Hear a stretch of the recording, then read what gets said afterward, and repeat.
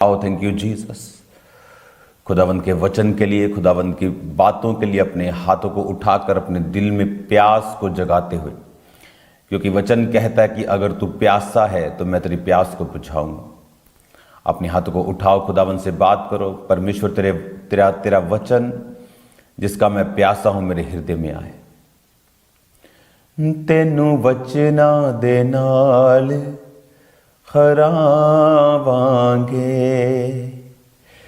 फतह तेरे ते शैताना असी पावांगे। तेनू वचना दे नाल हरावांगे, तेनू वचना दे नाल हरावांगे। अपने हाथों को उठाकर खुदावंद आज तेरा वचन ये सीखें और समझे और शैतान को इन्हीं वचनों से हराए। तेरा पाक रूह अजीब और अचंभे और बड़ी रीति के साथ इनकी जिंदगी में कार्य करे। प्रभु यीशु मसीह के पवित्र और सामर्थी नाम में हम मांगते हैं, आमीन आमीन। राइट नाउ मैं ये चाहता हूँ कि हम लोग सब आज की इस बाइबल टीचिंग की क्लास में हम खोलेंगे पहला कुरिन्थिया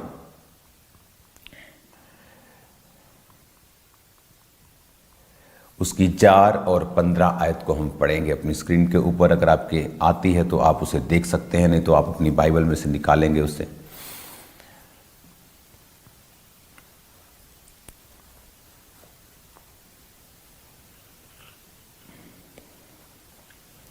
और दूसरी आयत को हम देखेंगे गलातिया 4 और उसकी 19 आयत।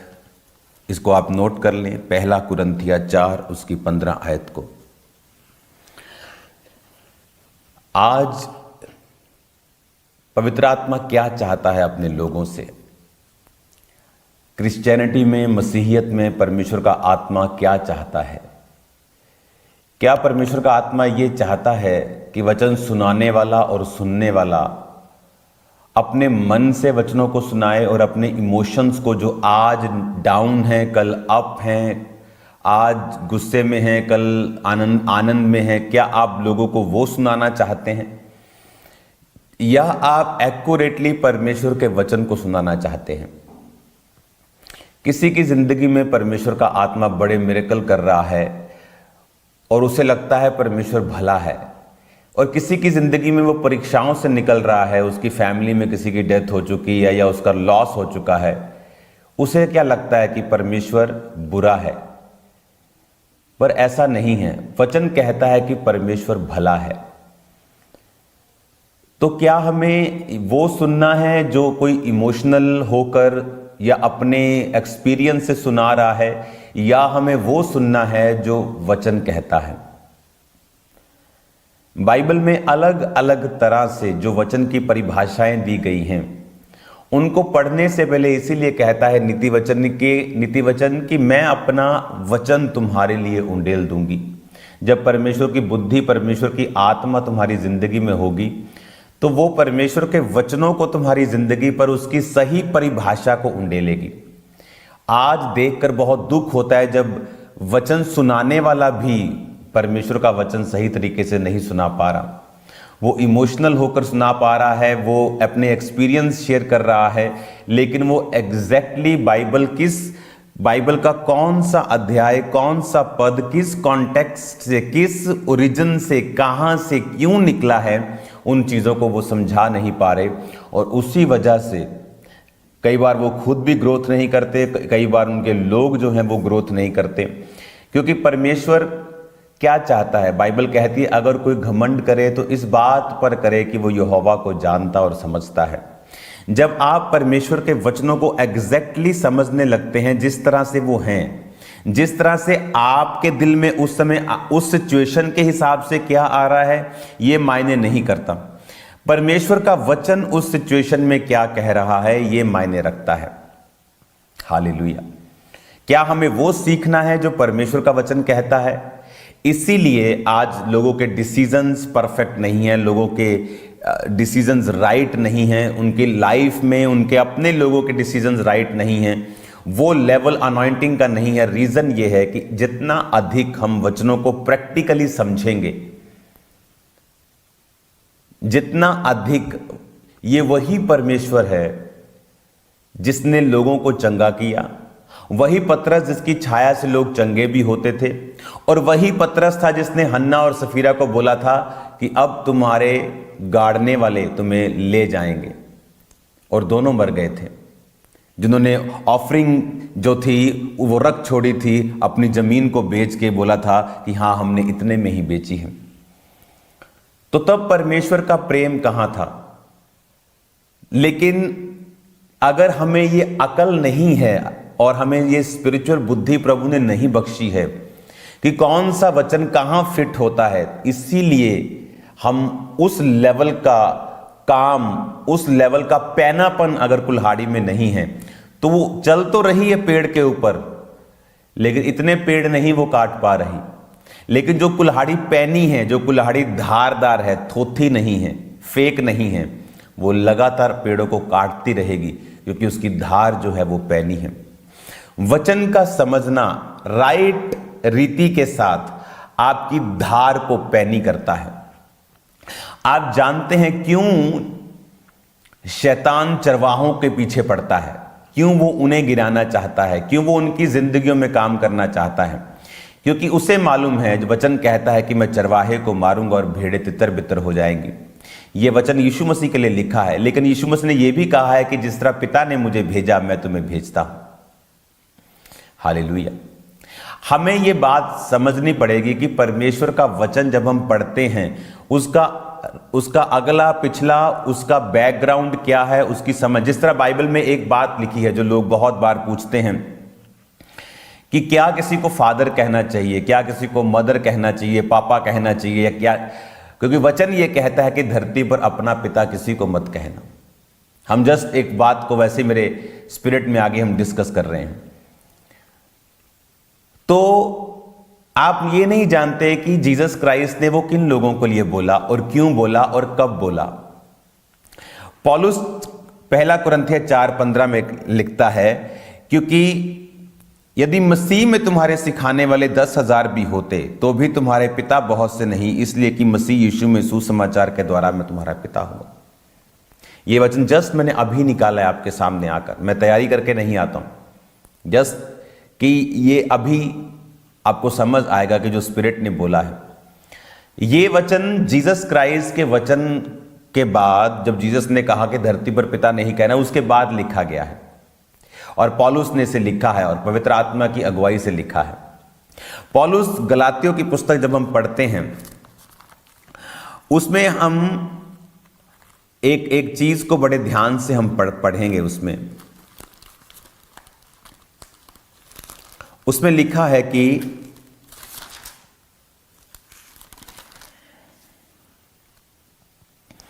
हे मेरे बालकों, जब तक तुम में मसीह का रूप ना बन जाए तब तक मैं तुम्हारे लिए जच्चा किसी पीड़ाएं सहता हूं। आप नहीं जानते कि जिस तरह शारीरिक बर्थ है, आपके माता और पिता हैं, उसी तरह आत्मिक बर्थ भी है। और पौलुस यही कहता है कुरिन्थियों के वचन में, पहला कुरिन्थियों 4:15 में, कि तुम्हारे सिखाने वाले चाहे 10,000 भी हों, लेकिन तुमको मैंने पैदा किया है, मैं तुमको परमेश्वर में लेके आया हूं। जब हम तीमुथियुस के वचन को पढ़ते हैं तो उसमें तीमुथियुस को उसने लिखा है कि ये मेरा आत्मिक पुत्र है। अगर आप बाइबल की स्टडी करेंगे तो क्या पौलुस परमेश्वर के वचन को मान नहीं रहा था? क्या पौलुस परमेश्वर के वचन को दिरकिनार कर रहा था? क्या पौलुस परमेश्वर के वचन को इग्नोर कर रहा था जहां परमेश्वर ने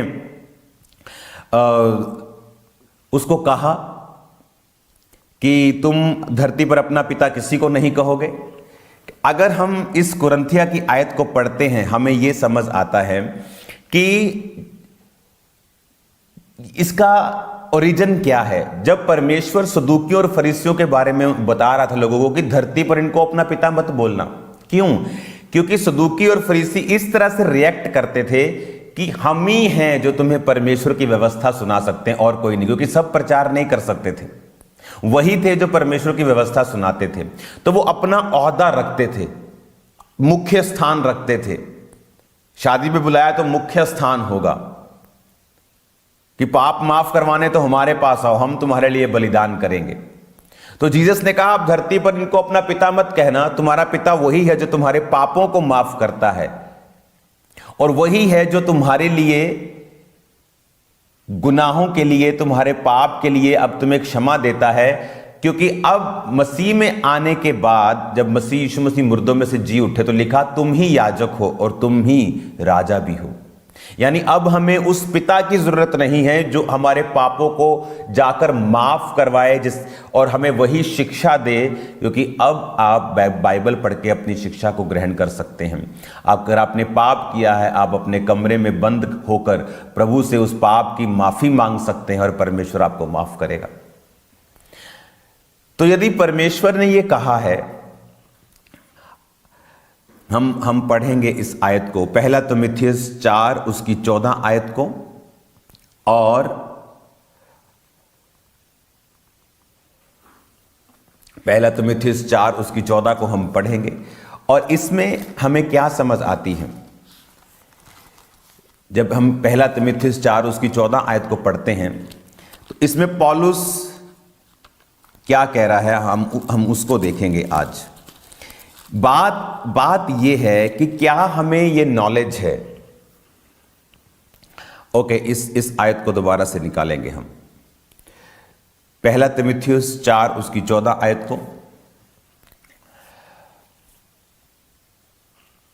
उसने लिखा कि उस पर हाथ, उस वरदान के प्रति जो तुझ में है और जो भविष्यवाणी के द्वारा, अपने पड़ोसी को बोलो, अगर आपका पड़ोसी आपके पास बैठा है, बोलो भविष्यवाणी के द्वारा। फिर से बोलो अपने पड़ोसी को, भविष्यवाणी के द्वारा प्राचीनों के हाथ रखते समय जो तुम्हें मिला था।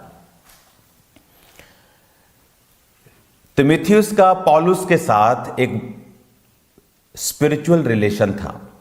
पहला तीमुथियुस जब आप 1 उसकी 2 आयत को पढ़ते हैं, तीमुथियुस के नाम जो विश्वास में मेरा सच्चा पुत्र है।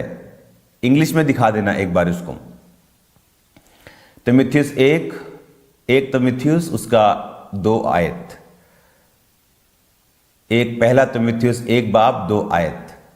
तीमुथियुस के नाम जो विश्वास में मेरा सच्चा पुत्र है। अगर पौलुस परमेश्वर के वचन को जानता था, उसने तीमुथियुस को अपना सच्चा पुत्र क्यों बोला?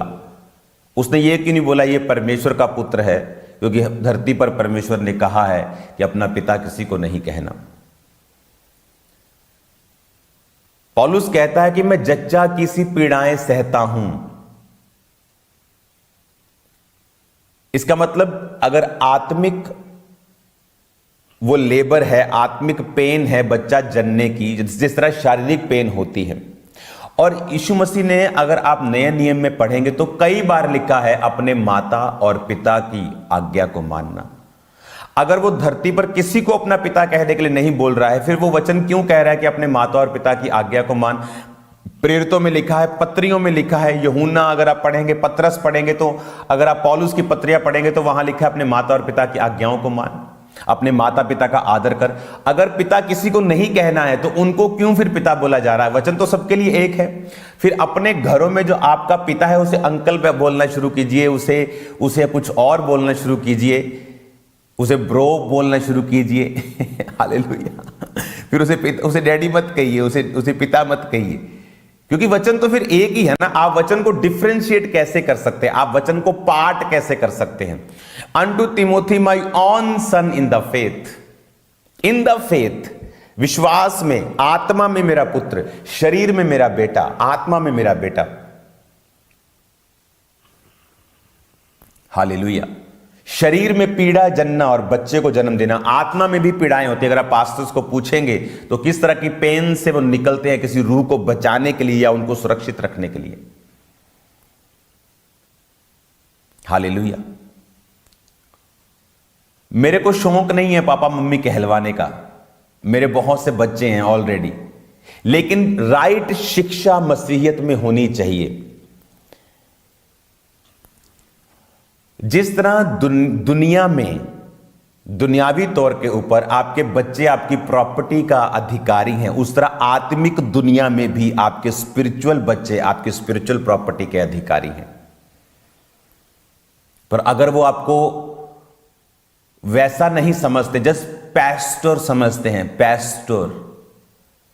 पैस्टर मुझे हंसी आती जब लोग पास्टर को इस तरह से कॉल करते जिस तरह वो एक प्रोफेशनल डॉक्टर है या इंजीनियर है या एक आईटी वाला ब्रदर है जिसे आप बुलाकर काम करवा रहे हैं। जब मैंने मसीहत में मिनिस्ट्री की शुरुआत की तो लोग पास्टर को पाजी बोलते थे। यहां पे पाजी, जिस दुकान से राशन लेने जा रहे हैं उसको भी पाजी, जिस रिक्शे से आ रहे हैं उसको भी पाजी, और आपका पास्टर भी पाजी। और बाइबल क्या कहती है? पास्टर को प्रॉब्लम नहीं है, लेकिन वचन कहता है कि जो वचन सुनाते हैं वो 2 गुना आदर के योग्य समझे जाएं। जब मैंने वचन को समझा है, मैंने वचन को इस तरह से नहीं पढ़ा है, मैंने वचन की डॉक्यूमेंट्रीज को पढ़ा है, मैंने वचन की यूनिवर्सिटीज में जहां शिक्षा होती उन शिक्षाओं को पढ़ा है, और मुझे मालूम है कौन सा वचन कहां फिट होता है और यह क्यों बोला गया बाइबल के अनुसार। हालेलुया।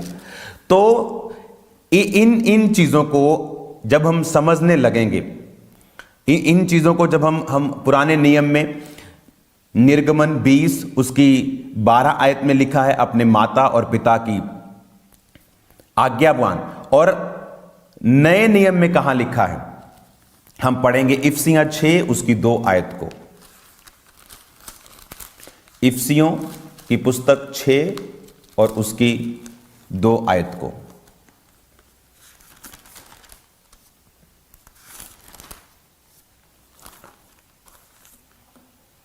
लिखा, अपने माता और पिता का आदर कर, ये आज्ञा है और जिसके साथ प्रतिज्ञा भी है। प्लीज इसे जल्दी दिखा दो स्क्रीन के ऊपर। अपने माता और पिता का आदर कर, उसने लिखा अपने माता और पिता का आदर कर, ये आज्ञा है और प्रतिज्ञा भी है।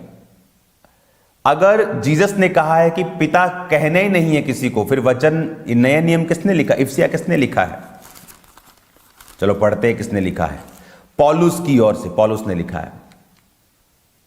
तो क्या पौलुस को मालूम नहीं था जीसस ने क्या कहा है? तो अगर जीसस ने कहा कि पिता कहना ही किसी को नहीं है, फिर तो धरती पे कोई पिता नहीं, फिर अपना बाप जो शारीरिक है वो भी बाप बोलने की जरूरत नहीं, क्योंकि वचन तो फिर वचन है, तो पूरा मानो उसे। लेकिन क्यों कहा ऐसा परमेश्वर ने? मैंने आपको बता दिया कि वो लोगों को अपनी ओर आकर्षित करते थे, परमेश्वर की ओर नहीं।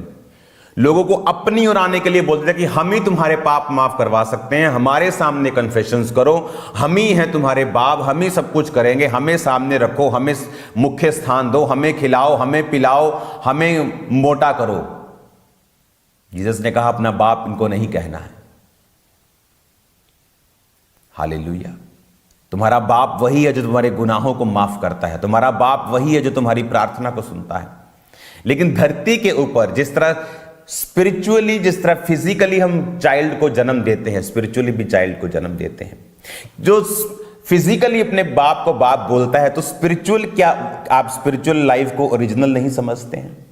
क्या जो स्पिरिचुअल लाइफ है क्या वो असली नहीं है? या तो आपकी निगाह में स्पिरिचुअल लाइफ असली नहीं है, इसलिए आप मदर और फादर को नहीं मानते हैं। क्यों एलीशा एलिया का दुगना भाग ले पाया? कहता हाय मेरे पिता, हाय मेरे पिता। अगर परमेश्वर को पिता से गड़बड़ होती, उसको पिता कहने से, तो पुराने नियम में भी गड़बड़ होती। फिर वो अपने मसे को उस पर ना फेंकता, ना उसकी स्पिरिचुअल आइज ओपन होती। इसका मतलब ये नहीं कि आप पिता पिता फादर फादर बोलें, आप पापा बोलने लग जाएं। बोलें ना बोले आपकी मर्जी है। जो रियल परमेश्वर के दास दासियां हैं उनको इस चीज से कोई मतलब नहीं है, नेवर। उनके दिल दिमाग ख्वाबों में भी नहीं है, वो बहुत आनंदित है अपनी लाइफ में। बट उसने अपने लव को दिखाया। जिस तरह एक शारीरिक जो बेटा है अपने बाप को जब लव दिखाता है तो उसको वो ब्लेसिंग देता है। आत्मा में भी जब दूसरे चेलों ने कहा आज तेरा बाप जीवित चला जाएगा, कहता चुप, मुझे मालूम है। तो जब वो अपने बाप से प्यार दिखा रहा था तो वो अपने बाप की आत्मिक प्रॉपर्टी को रिसीव किया, दुगना भाग। बहुत लोग सोचते हैं कि दुगना भाग मतलब जो उसमें अनॉइंटिंग थी उसका डबल मिल गया। दुगना भाग डबल नहीं होता। अगर किसी के 6 बच्चे हैं, हाँ मान लो 6 लड़के हैं एलिया के, मान लो शारीरिक रूप में, तो जब प्रॉपर्टी बांटने की बारी आएगी तो 7 हिस्से होंगे। 6 बच्चे 7 हिस्से, 2 हिस्से मिलेंगे पहले बच्चे को और 5 जो बच गए वो एक एक हिस्सा मिलेगा बाकी बच्चों को। तो Elisha as a spiritual elder son, कि उसने उसका पीछा नहीं छोड़ा। बड़े बच्चे सियाने होते ना, तो as a spiritual elder son उसने उसका पीछा नहीं छोड़ा। तो वो कहता था कि आई क्लेम माई अनॉइंटिंग, मैं उस भाग को जो डबल है, जिस तरह शारीरिक रीति में एक जेठे को डबल मिलता है, I claim that in spiritual life, so I need the double portion of your spirit, कि जो तेरे स्पिरिट में भाग है मुझे उसका दुगना पोर्शन चाहिए। यानी जो तूने बच्चों के लिए रखा हुआ था, मुझे वो 2 हिस्से चाहिए, क्योंकि मैं तेरा जेठा हूं, क्योंकि मैंने तेरे को स्पिरिचुअली फॉलो किया है। हालेलुया। जब हमें वचन की एक्यूरेट नॉलेज होती है, हम डिलीवर होते हैं, हम ग्रो कर सकते हैं, हम थोड़े समय में लोगों को इफेक्टिव वर्ड दे सकते हैं, हमें चुगलियां करने की जरूरत नहीं पड़ेगी और हमें मालूम होगा कौन सा वचन कहां फिट होता है। जब यीशु मसीह के सामने पापियों को लाया गया तो परमेश्वर ने और तरह से रिएक्ट किया, लेकिन जब वही पाप सदूकी और फरीसियों के सामने से यीशु मसीह के सामने आए तो परमेश्वर ने उन्हें डांटा। परमेश्वर ने यह नहीं कहा कि इनके पापों को ढक दो, प्रेम सब अपराधों को ढांप देता है। जब एक पापी आया, जब एक मारने वाला आया तो कलीसिया ने उसे मारा नहीं, लेकिन जब हन्ना और सफीरा ने कलीसिया में झूठ बोला उनकी मृत्यु हो गई। आप जिस तरह से अपने 18 साल के बच्चे को जिम्मेवारी देते हैं, 2 साल के बच्चे को नहीं दे सकते। तो आपको अगर मालूम ही नहीं है कि वचन कहां, कौन सा कहां लगता है, तो बड़ा ये क्या बोलते हैं कि तरस योग्य बात है आप लोगों के लिए, पास्टर्स के लिए और विश्वासियों के लिए। अब आपको ये बात जो मैं आपको समझा रहा हूं, ये आपको इस तरीके से समझ आ जानी चाहिए कि परमेश्वर के वचन को एक्यूरेटली समझना जरूरी है। वो जहां से निकला है, क्यों निकला है, और ये पवित्र आत्मा वाले जन ही आपको समझा सकते हैं। एक्टिंग करने से प्यार नहीं आता। आप एक्टिंग कर सकते हैं, लेकिन आपके कर्म बताते हैं, आपकी रेवलेशंस बताती हैं कि आपके अंदर क्या है। अब जब आप इन वचनों को समझते हैं कि जब आप किसी को अपने स्पिरिचुअल फादर को मानते हैं, एक्चुअल में आप उसकी स्पिरिचुअल प्रॉपर्टीज के हकदार कहलाना शुरू होते हैं, कि आप उसकी अनॉइंटिंग के हकदार होने शुरू होते हैं। इसीलिए उन लोगों को परमेश्वर ज्यादा इस्तेमाल करता है, चाहे वो कम टैलेंटेड हों, जो अपने स्पिरिचुअल फादर से लव करते हैं। Hallelujah. God bless you all. I think I can remember that after you set up your contact information. ये सीरी बात कर रही है। हालेलुया। I think टाइम हो चुका है, ज़्यादा हो चुका है, आज आपको थोड़ी ज़्यादा खुराक मिल गई आई थिंक। और ये चीज़ें हैं जो आपको समझनी पड़ेगी अगर आपको वर्ड में एक्यूरेटली बढ़ना है। तो आज क्यों लोगों के अंदर मसा नहीं है? क्योंकि उनको इस बात से डांटा जाता है कि पास्टर तुम्हारा स्पिरिचुअल फादर नहीं है, और उस रीति से फिर वो उस अनॉइंटिंग के स्पिरिचुअली हकदार नहीं रहते हैं। हालेलुया। और पास्टर्स को मालूम है कि हम वो फादर नहीं है जो ऊपर है, वो माफ करने वाला है, वो बढ़ाने वाला है, मैं तो सिर्फ लगाने वाला हूं। मेरे द्वारा तो तुमने स्पिरिचुअली सिर्फ जन्म लिया है, बढ़ाने वाला भी वो है, तुम्हें आगे लेके जाने वाला भी वो है। जिस तरह आपके बच्चों को आपने जन्म दिया है, लेकिन आप उनकी हाइट को बढ़ा नहीं सकते। आप एफर्ट्स कर सकते हैं, आप उनके रंग को चेंज नहीं कर सकते, आप उनकी शरीर की बनतर को चेंज नहीं कर सकते। God bless you all. वचन सीखें, लेकिन एक्यूरेट सीखें। उन लोगों को मत सुने जो लोग इमोशंस 90% और वचन आपको 10% सिखा रहे हैं। सीखें जब वचन आपको सिखाया जा रहा है, क्योंकि जैसे जैसे वचन की शिक्षा आप में ग्रो होती जाएगी, आप देखेंगे आप स्पिरिचुअली, फाइनेंशियली क्लैरिटी में, क्लियर दिमाग। लोग बोलते हैं मैं इंसान हूं, गलतियां हो जाती हैं, मैं इंसान हूं, हम डर जाते हैं। जब बाइबल नहीं कहती है, ये सब चीजें रबिश हैं, ये बेवकूफों वाली चीजें हैं। मैं आपको बता रहा हूं, बाइबल में इन्हें बकवास बातें बोला गया है। जीसस ने कहा बी परफेक्ट। अगर जीसस ने कहा है बी परफेक्ट, इसका मतलब वी कैन बी परफेक्ट। हम परफेक्ट हो सकते हैं। जिस तरह तेरा स्वर्गीय पिता सिद्ध है, तू सिद्ध बन। हालेलुया। हम मिरेकल्स कर सकते हैं, जीसस की तरह चल सकते हैं, काम कर सकते हैं परमेश्वर के राज्य में। God bless you all. मेरा बिलीव है आप 4 बजे के प्रोग्राम को देखेंगे।